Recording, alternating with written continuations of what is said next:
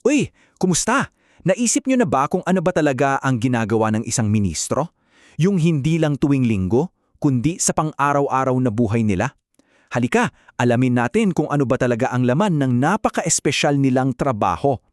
Kasi 'di ba, madalas natin silang nakikita sa pulpito na nagsasalita. Pero ang totoo, sobrang dami pa palang nangyayari sa likod niyan. So, handa na ba kayong malaman kung ano pa yung mga ginagawa nila? Okay, simulan natin sa pinakapuso ng lahat. Kasi, alam nyo, ang pagiging ministro, hindi yan basta-basta trabaho lang. Isa itong misyon. At ang sentro ng misyon na yan, simple lang, ang pagtulong sa kapwa. Oo, yan talaga ang core ng lahat ng ginagawa nila. Ang maging isang tagatulong. Yan yung pangunahing misyon. Pero paano ba nila ginagawa yon? Well, para mas maintindihan natin, kailangan nating tingnan yung pinaka-the best na example.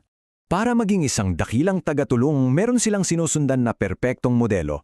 Parang isang role model, di ba? Tingnan natin kung sino ba yung nagpakita sa kanila kung paano talaga maglingkod ng tama. Ayan, dito na natin makikita. Si Jesus mismo ang nagsabi na naparito siya hindi para pagsilbihan, kundi para magsilbi sa iba. Wow, siya yung ultimate role model at yan yung mismong halimbawa na sinusubukang tularan ng mga ministro.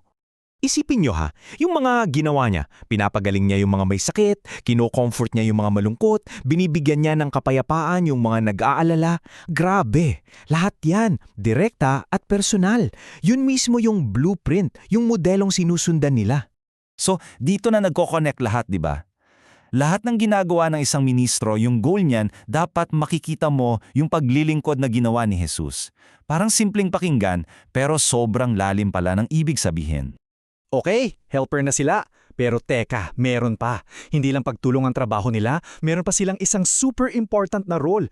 Para nga silang superhero eh. Sila rin kasi yung tinatawag na mga bantay sa pader. Ang misyon, panatilihin tayong ligtas. So ano ba yung bantay? Imagine niyo yung mga lumang-lumang siyudad sa mga pelikula.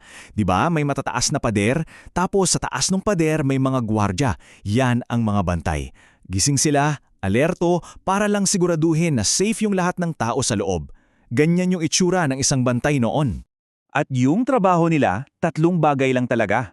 Una, magmasid ng maigi. Pangalawa, kapag may nakitang panganib, kailangan matukuyan agad. At pangatlo, magbigay agad ng warning o babala sa lahat. Kailangan silang laging alerto para sa kaligtasan ng buong komunidad. So ganyan na ganyan din ang isang ministro. Para silang bantay. Pero hindi yung mga physical na kaaway ang binabantayan nila. Sila ay isang espiritual na bantay. Ang poprotektahan nila tayo mula sa mga panganib na hindi basta-basta nakikita ng mata.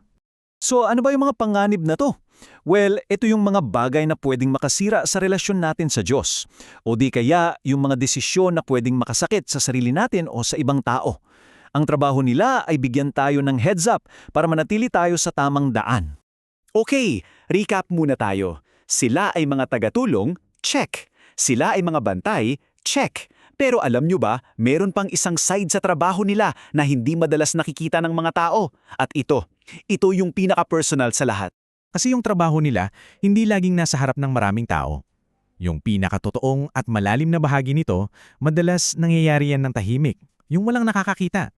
At ito yung sobrang ganda, kasi ang pag-aalaga nila ay isa-isa. Bawat tao, bawat pamilya, personal yan. Paano nila ginagawa yun? Well, binibisita nila yung mga tao sa mismong bahay nila. Nakikipagkwentuhan, nakikipagdarasal kasama ang pamilya, nakikinig sila. Kasi sa ganitong paraan, doon nila talaga nalalaman kung ano ang pinagdadaanan ng bawat isa at kung paano sila makakatulong sa pinakatotoong paraan. Grabe no? Tagatulong, bantay, tapos tagapag-alaga pa. Nakakapagod yan for sure. So saan kaya nila nakukuha yung lakas para gawin lahat ng yan? Meron lang iisang dahilan at ito ang pinaka-importante sa lahat.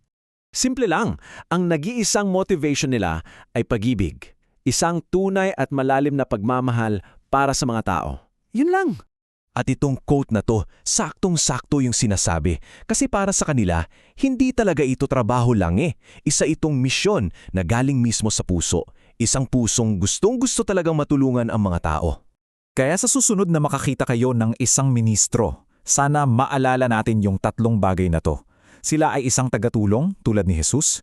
Isang bantay na nagpoprotekta sa atin at isang tagapag-alaga na nag-aalaga sa atin ng personal. At para matapos, iiwan ko sa inyo itong tanong. Saglit nating isipin, sino kaya yung mga tagatulong at bantay sa sarili nating buhay? Sana pagkatapos nito, mas na-appreciate pa natin sila.